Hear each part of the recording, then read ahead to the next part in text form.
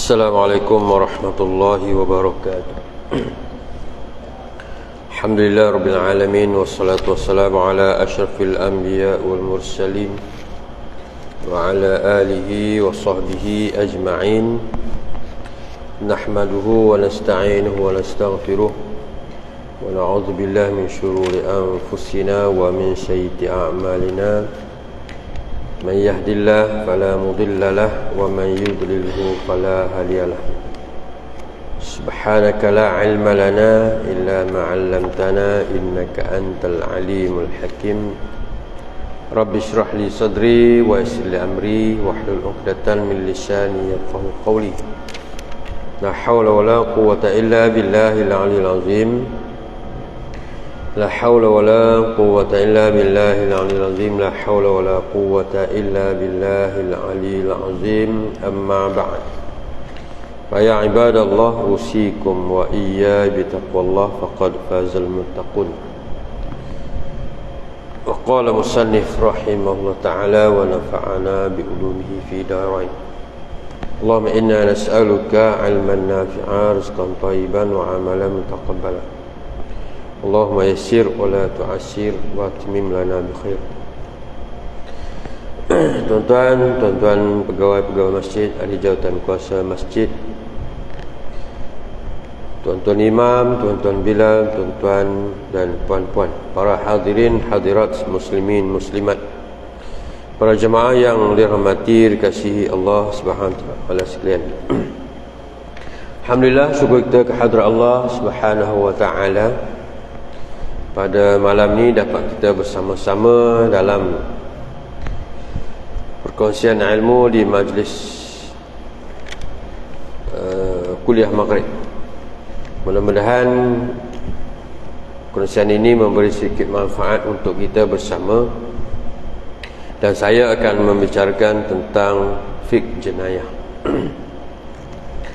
Jadi alhamdulillah kita telah baca ataupun kita telah kongsi daripada awal berkaitan dengan jenayah, hudud.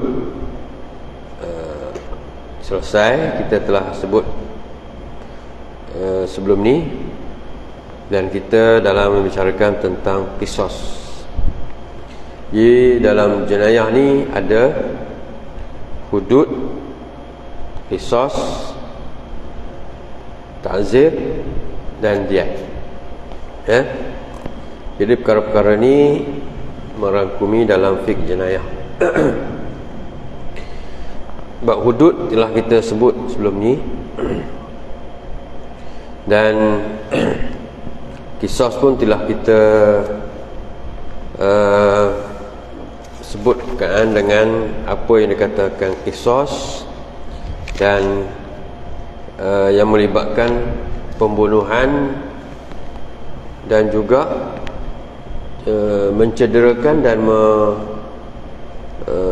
menghilangkan anggota, itu nama qisas. Jadi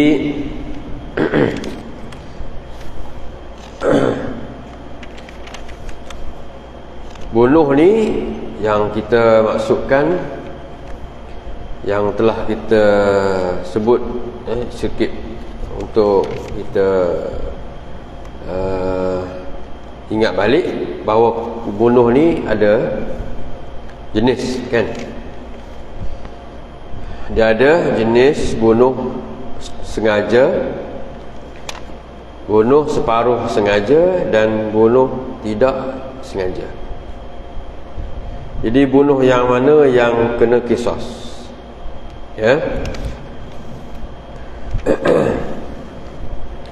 Yang kata sengaja ni pembunuhan termasuk jenayah yang tegah. Bunuh ni memang kita tahulah satu perkara yang ditegah dalam Islam, dan dia pelakunya akan kena dihukum qisas dan menanggung dosa. Jadi yang bunuh dengan sengaja ni dikenakan hukuman qisas. Qisas ni maksud dia apa? bunuh balas bunuh, qisas. Contoh dia, seorang tu menyerang orang lain dengan niat untuk membunuh dengan menggunakan senjata ataupun sesuatu yang boleh jadikan senjata dan mampu mencederakan dan membunuhnya. Itu sengaja tu. Bunuh dengan sengaja. Memang dia niat bunuh dengan niat. Kan? Kalau kita dalam pelaksanaan ataupun hukuman yang ada negara kita pun macam itulah, konon keseksaan, bunuh niat, tanpa niat, semua ada dalam jenayah. Jadi yang kisah ni bunuh dengan sengaja, jadi orang yang bunuh dengan sengaja wajib dibalas dengan bunuh juga. Itulah qisas. Kecuali apa? Kecuali ahli waris yang terbunuh memaafkannya dengan meminta pembayaran. Itu kata diat tadi. Diat ni diat yang mughallazah. Nanti bab diat kita akan cerita detail tentang diat. Tapi yang ni dia kena bunuh balas kecuali ahli waris. Ahli waris apa? Ahli waris orang yang kena bunuh tadi, yang terbunuh tadi, maafkan dia, memaafkan dengan meminta bayaran diat mughallazah, diat yang berat. Bukan najis mughallazah ya. Diat pun ada, diat mughallazah, ada diat mukhaffafah. Mughallazah ni diat yang berat. Apa yang berat tu nanti kita sembang, kita sebut dalam bab diat. Apa yang kata diat mughallazah, diat mukhaffafah, ringan. Ataupun dimaafkan dengan tanpa membayar diat. Ni waris lah, ahli waris dia. Sama dia minta bayar ganti rugi ataupun diat tadi, ataupun dia tanpa bayar, maaf, tanpa bayaran. Itu qisas. Jadi bunuh dengan sengaja yang kena qisas. Kalau dimaafkan tak payah qisas, tapi kena bayar diat. Baik,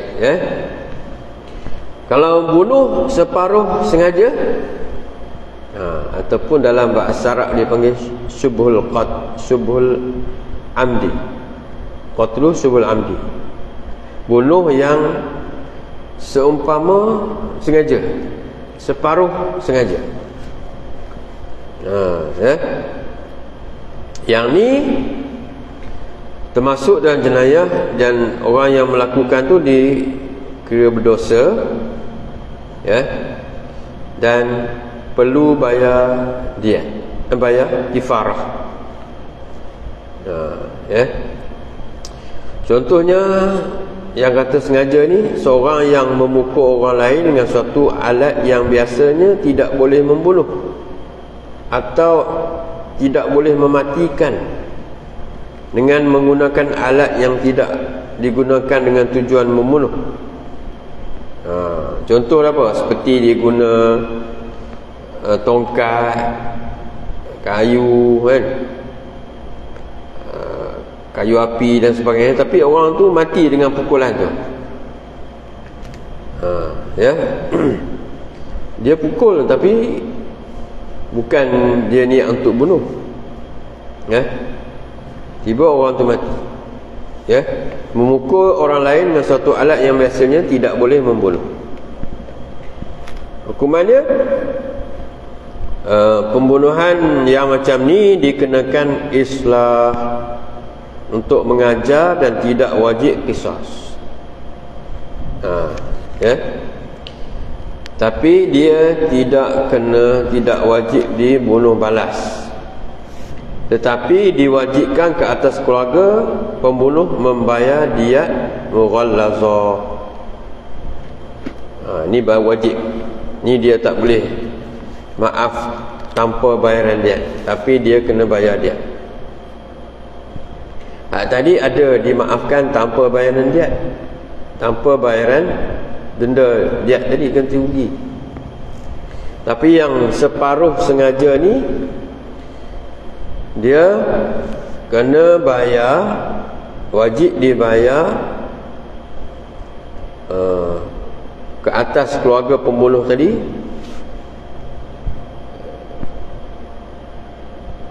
bayar diat mughallazah dengan secara ansuran selama 3 tahun.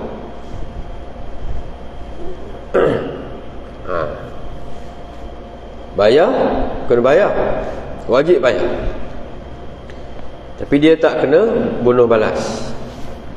Yang hak sengaja tadi kena bunuh balas, kecuali dimaafkan dengan diat ataupun tanpa diat, dimaafkan.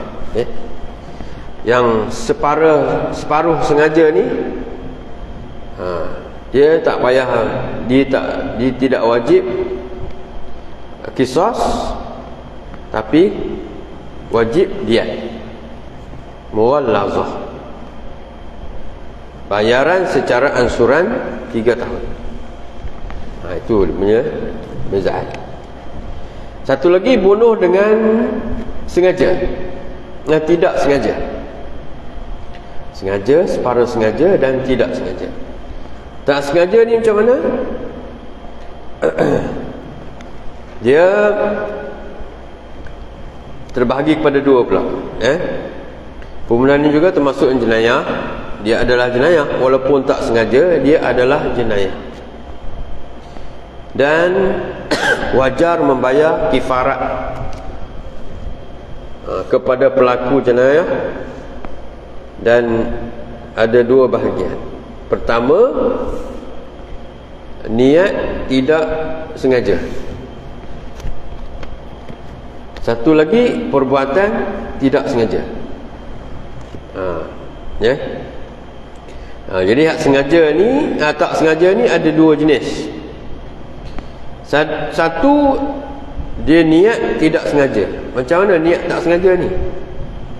Contoh dia seperti dalam kitab biasa disebut kan. Contoh, seorang dia nak tembak ke arah haiwan, binatang buruan, pergi buru sama-sama, tapi tersasar dan kena orang, menyebabkan orang tu mati. Tu niat tak sengaja kan. Dia niat nak bunuh binatang tu, buruan, tapi terkena kawan yang jatuh pergi sekali, terkena, meninggal, mati orang tu. Itu juga adalah pembunuhan tidak sengaja, sebab niat dia pun tak sengaja, tapi dia adalah jenayah, kena hukuman. Baik. Satu lagi, perbuatan tidak sengaja. Macam mana perbuatan tak sengaja? Contohnya, seorang yang melontar lembing ke arah pokok, tiba-tiba melintas seorang dalam jarak tersebut dan kena. Itu perbuatan. Dia memang baling lembing tu, contoh kan. Perbuatan tidak sengaja.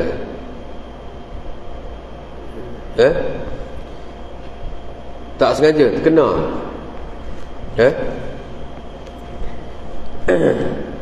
Jadi itu adalah perbuatan tidak sengaja. Hukumannya,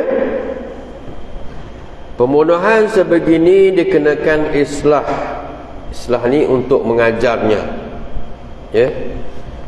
dan tidak dikenakan hukuman qisas. Ni pun tak kena bunuh balas, tak kena qisas, tapi dikenakan bayaran diat. Diat mukhaffafah. Yang ni diat dia mukhaffafah. Itu beza dia. Yang hak separa sengaja tu diat mughallazah. Yang tak sengaja ni dia tak kena qisas, tapi kena bayar diat. Diatnya adalah diat mukhaffafah, diat yang ringan. Diat itu dibayar oleh keluarga pesalah dan bayarannya boleh ditangguhkan selama 3 tahun juga. Tapi diat tu diat mukhaffafah. Jadi yang kena qisas yang pertama tadi, bunuh dengan sengaja. Baik,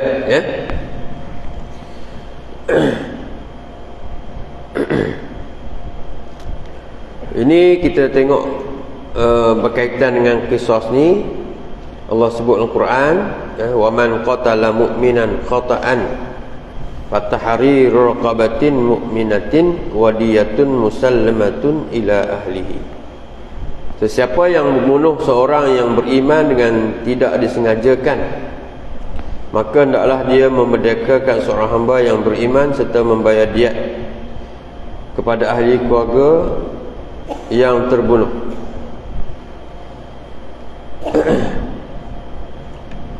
Baik,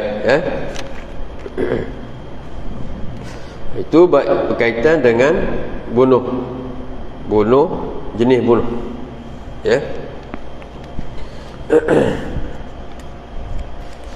Dan hari ni kita tengok apa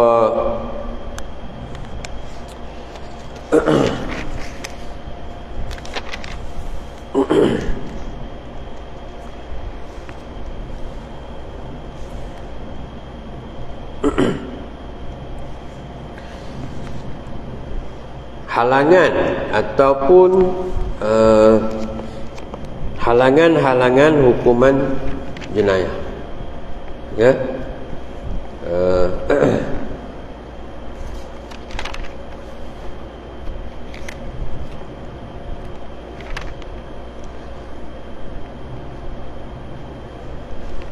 Seorang yang melakukan pembunuhan boleh dibebaskan dari hukuman qisas apabila ada beberapa perkara berikut.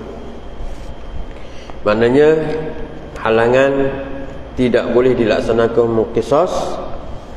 Pertama, mangsa bunuh adalah anak, cucu, cicit hingga ke bawah oleh pesalah yang melakukan pembunuhan tersebut. Jadi mangsa bunuh adalah anak. Kalau bapa bunuh anak, bapa tu tak kena qisas, tak dikenakan hukuman qisas atas dia. Ini bunuh lah. Tapi mungkin yang hukuman ta'zir, qisas tu ada. Ini qisas tak boleh bunuh balas kalau mangsa bunuh adalah anak. Bapa bunuh anak, mencucu cicit ke bawah. Tapi kalau sebaliknya kena. Anak bunuh bapa, kena qisas.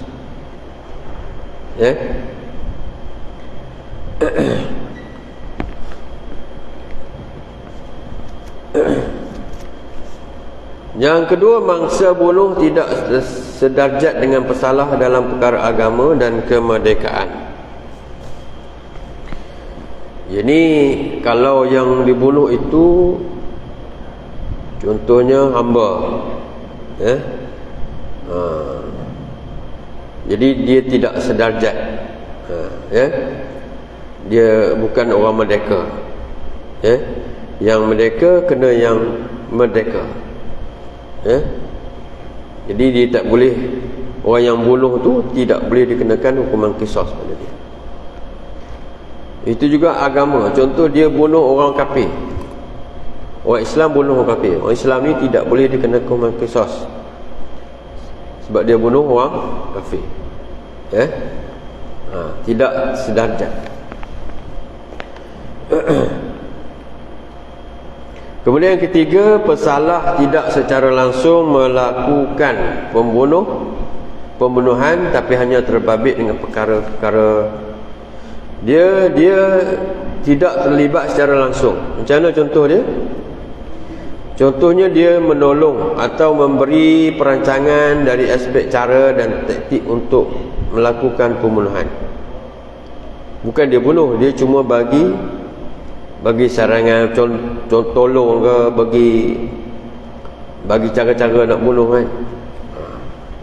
Jadi dia tidak secara langsung melakukan pembunuhan. Ataupun dia menahan mangsa untuk diserang dan dibunuh oleh pembunuh. Ataupun dia menyuruh seorang melakukan pembunuhan ke atas mangsa bunuh. Dia bagi cadangan contoh. Jadi tak terlibat secara langsung. Ataupun dia maksa orang lain supaya melakukan pembunuhan. Dia tak terlibat secara langsung. Jadi orang ni tak dikenakan hukuman qisas, terhalang.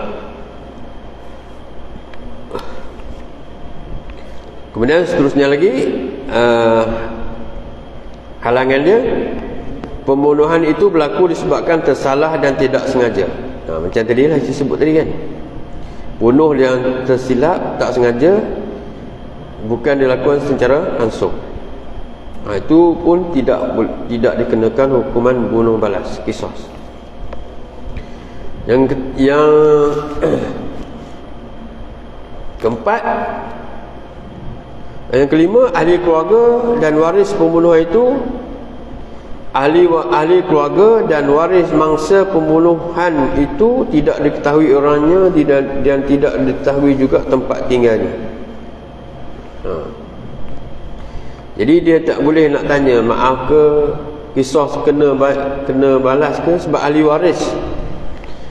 waris keluarga dan waris mangsa, ahli keluarga dan waris mangsa pembunuhan tidak diketahui orangnya, tak tahu tempat tinggal mana kan.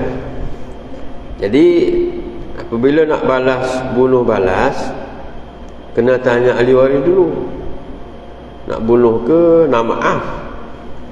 Tapi oleh kerana ahli warisnya tidak diketahui duk mana, maka hukuman qisas tidak boleh dilaksanakan.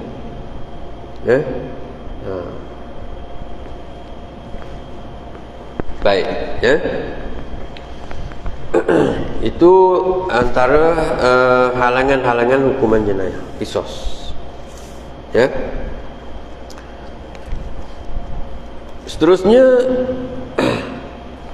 nak dihukum ni qisas, hukuman bunuhan, dia mesti sabit.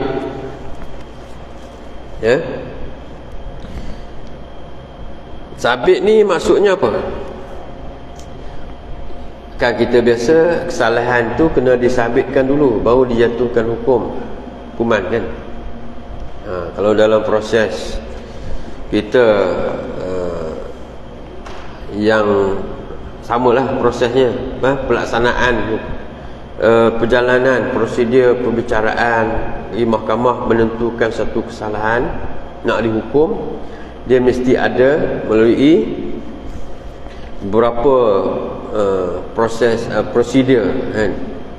Kena ada lapor, kemudian kena ada aduan, laporan aduan, siasatan kan, sabitan, itu semua ada di situ. Dah sabit, baru sabit, baru jatuh hukum, baru laksana hukum. Kalau orang ditangkap belum tentu disabit bersalah kan. Belum disabitkan dia belum tentu bersalah. Sebab tu kalau dia tangkap, dia masih disebut, dipanggil orang yang tertuduh kan. OKT, orang yang kena tuduh, baru dituduh, belum tentu bersalah. Jadi nak dikatakan orang bersalah telah disabitkan bersalah. Jadi nak sabit tu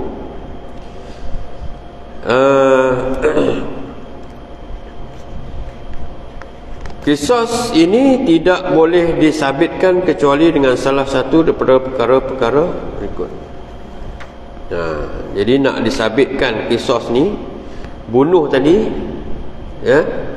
balas bunuh, tidak boleh disabitkan kecuali dengan salah satu daripada perkara berikut.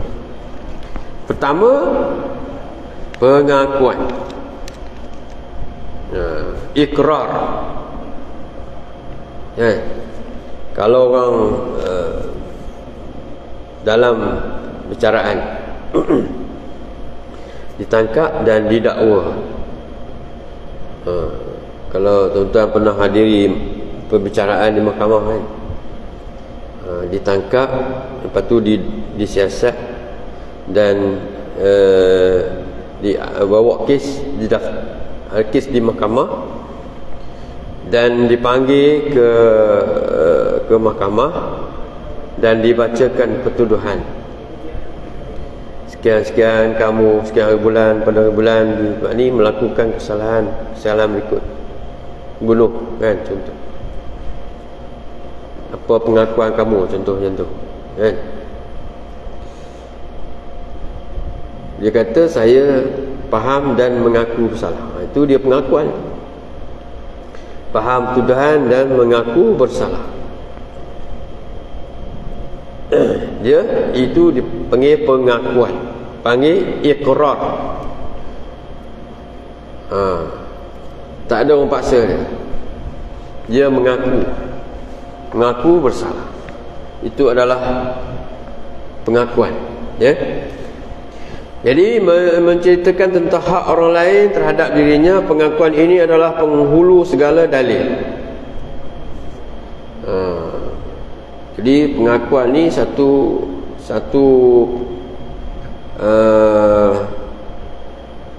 yang besar lah. Maksudnya dia mengaku sendiri, mengaku bersalah. Kerana Nabi SAW bersabda dalam hadis, anna rajulan aqarra amama Nabi SAW annahu qatala rajulan fa akhadha ar-rasul sallallahu alaihi wasallam bi iqrarihi. Bahwasanya seorang lelaki telah membuat pengakuan di hadapan Nabi sallallahu alaihi wasallam dengan membunuh seorang lelaki.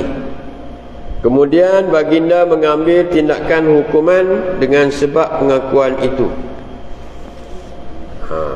Ada berlaku kan depan Nabi, dia mengaku depan Nabi, pengakuan di hadapan Nabi SAW.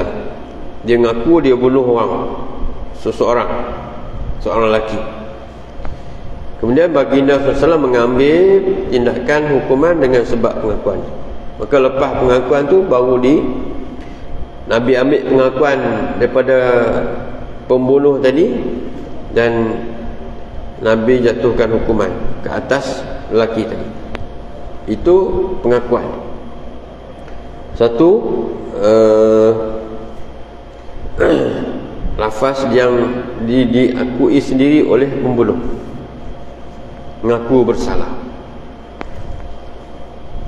Itu apabila dah mengaku, maka bolehlah sabitkan hukuman. Dan dalam hadis Nabi SAW mengenai pengakuan, ikrar, anna yahuda radda ra'sa jariyatin baina hajaraini faqila laha man fa'ala biki hadha afulanun aw fulanun hatta summiyal yahudu fa'atan nabi sallallahu alaihi wasallam falam yazal bihi hatta aqarra bihi faradda ra'sahu bil hijarah. Bahawa seorang Yahudi telah memukul kepala seorang gadis dengan 2 biji batu. Maka ditanya kepadanya, siapa yang melakukan demikian itu kepada engkau? adakah si anu itu atau si anu ini, sehingga dia menyebut nama seorang Yahudi itu. Kemudian dibawa datang Yahudi itu kepada Nabi, maka baginda sentiasa menyoal dengannya sehingga dia memberi pengakuan.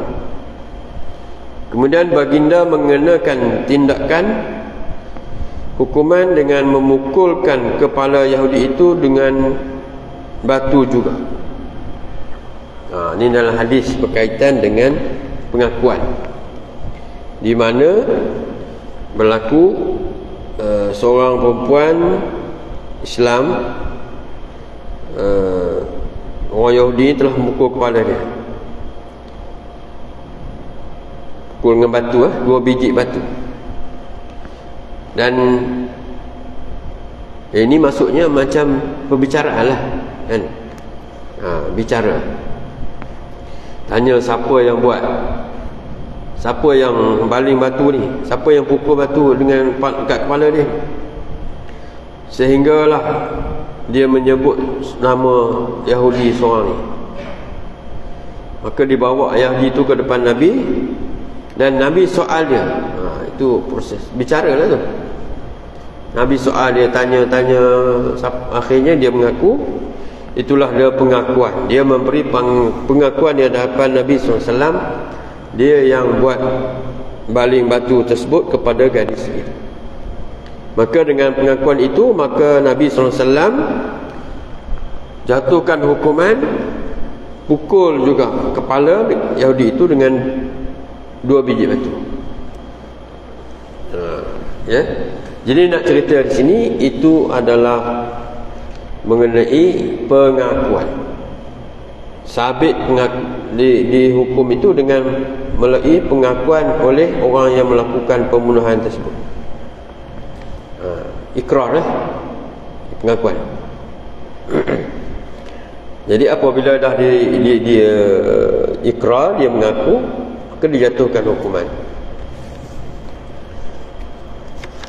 Kalau tak mengaku, satu lagi, dengan cara saksi.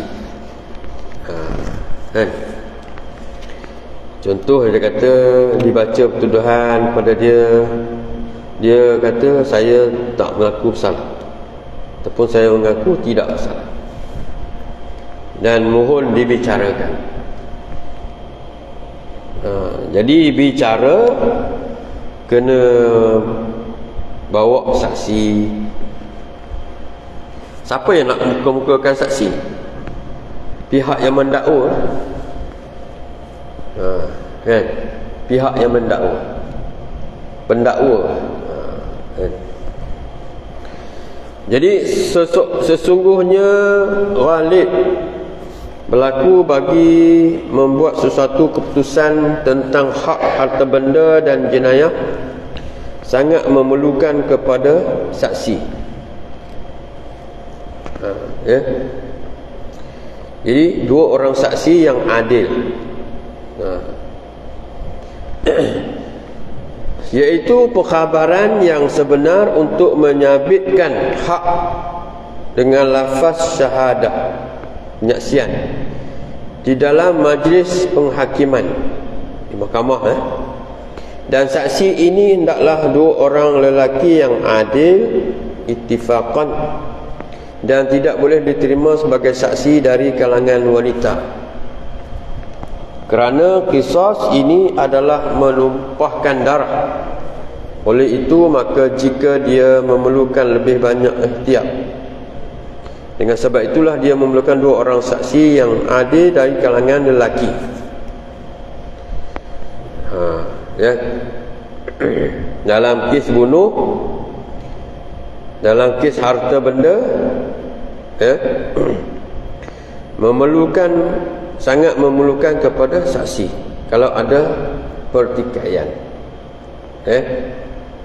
Jadi dalam kes bunuh tadi, dia tak mengaku bersalah, jadi kena kemukakan 2 orang saksi, 2 orang saksi lelaki yang adil. Ya.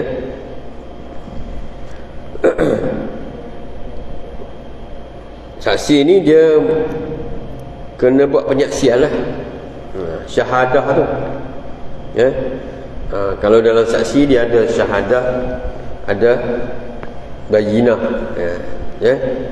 Saksi yang melihat perbuatan tersebut, saksi yang menyaksikan pelakuan jenayah bunuh tersebut. Jadi dalam majlis penghakiman, maksudnya di dalam perbicaraan di mahkamah, di depan hakim, perbicaraan.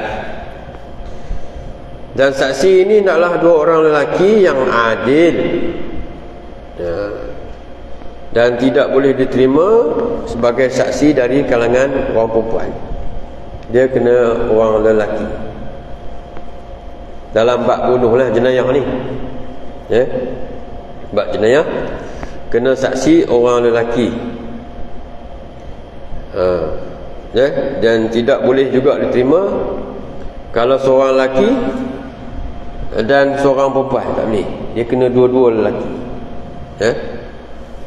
Sebab apa? Sebab kisos ni suatu jenayah yang berat yang melibatkan penuh darah, penumpahan darah ni. Jadi dia memerlukan kepada satu keputusan yang kuat, ihtiyat, yang yakin, Orang perempuan mungkin tak boleh sampai tahap tu, dia kena orang lelaki. Jadi sebab tu dia kena dua orang saksi lelaki yang adil dari kalangan lelaki. Ini dijelaskan oleh Nabi SAW dalam hadis, bahawa Ali bin Abi Talib berkata, la tajuzu syahadatun nisa fil hudud wad dima. Tidak harus wanita menjadi saksi dalam kes hudud dan qisas, ya. Itu dalam saksi. Maksudnya pendakwa, ini kalau gambaran kita sekarang kan, kes bunuh kita tengok sekarang ni, kes bunuh banyak kan. Kita sering tiap-tiap hari dengar kes orang kena, sana orang bunuh, sana orang tetak, sana orang tikam, ya. Makin dah menggusarkan kehidupan kita lah, yang tidak tenang. Tiba-tiba orang boleh orang tembak kita, alhamdulillah, Jadi kalau bicara dia di mahkamah, dia tak mengaku. Jadi apabila tidak mengaku bersalah, maka untuk sabitkan dia bersalah itu, dia kena bawa saksi. Siapa yang kena bawa? Orang yang dakwa lah. Jadi dalam bab ini, pendakwa lah yang kena kemukakan saksi. Sebab tu kita tengok kadang-kadang banyak kes bunuh, saksi tu melibatkan ramai, 10-20 bawa saksi. Saksi dari pihak doktor buat, dan semua ada yang terlibat, dia bawa untuk jadi saksi dalam kes bunuh. Kadang-kadang kita tengok, apabila last sekali dibebaskan. Sebab apa? Sebab pembuktian untuk mensabitkan dia tu tak lepas. Kalau dalam istilah undang-undang dipanggil prima facie, kan? Tak sampai tahap tu nak diwujudkan kes tu. Jadi dibebas, kan? Ada bebas tanpa lepas, itu istilah undang-undang, kan? Di NAA. Lepas tanpa bebas maksudnya dia boleh dipanggil bila-bila masa. Kalau ada kes, ada lepas tu dapat elemen-elemen yang ada boleh tarik kes, boleh panggil balik. Kalau bebas dan lepas, tu habis kes. Jadi di peringkat itu, saksi lah, kekuatan saksi yang nak menentukan kes tu. Bawa saksi yang boleh pihak pendakwa buktikan wujudnya kes itu, wujudnya pelakuan pembunuhan itu. Kalau dah peringkat itu, kalau mahkamah dia belum jatuh tu, dia kata wujudnya prima facie, baru bela diri. Jadi orang yang kena, yang melakukan bunuh tu, dia boleh bela diri. Itu proses lah, prosedur dalam perbicaraan di mahkamah bab jenayah. Jadi itu habis tentang sabitan untuk orang yang melakukan jenayah ni nak disabitkan dia bersalah melalui dua proses. Satu pengakuan, satu bawa saksi. Kemukakan dua orang saksi lelaki yang adil. Kisah tadi. Jadi sekadar itu kita akan sambung nanti pada kuliah akan datang. Kita masuk kepada kisah yang kedua. Kisah pertama bunuh, balas bunuh. Kisah yang kedua memotong dan mencederakan anggota manusia. Itu juga adalah kisah. Jadi macam mana yang kita kata potong dan cedera anggota tu, macam mana baik nak kena balas balik tu macam mana? Itu bulan depan insya-Allah. Jadi wallahu alam. Sekadar itu untuk hari ini, mudah-mudahan kongsian ini memberi sedikit manfaat untuk kita bersama. Wallahu alam. Astaghfirullahalazim wa li wa lakum wa li syairil muslimin wa muslimat fastaghfiruh innahu huwal ghafurur rahim. Wabillahi taufiq hidayah. Wassalamualaikum warahmatullahi wabarakatuh. أعوذ بالله من الشيطان الرجيم بسم الله الرحمن الرحيم الحمد لله رب العالمين حمدا يوفي في مزيده يا ربنا لك الحمد كما ينبغي لجلال وجهك وعظيم سلطانك اللهم ارحمنا يا الله اللهم ارحم جماعتنا وتفرقنا من بعده تفرقا معصوما اللهم انفعنا بما علمتنا وارزقنا فهما ربنا آتنا في الدنيا حسنة وفي الآخرة حسنة وقنا عذاب النار صلى الله على سيدنا ومولانا محمد الحمد لله رب العالمين سبحانك اللهم وبحمدك استغفرك واتوب اليك بسم الله الرحمن الرحيم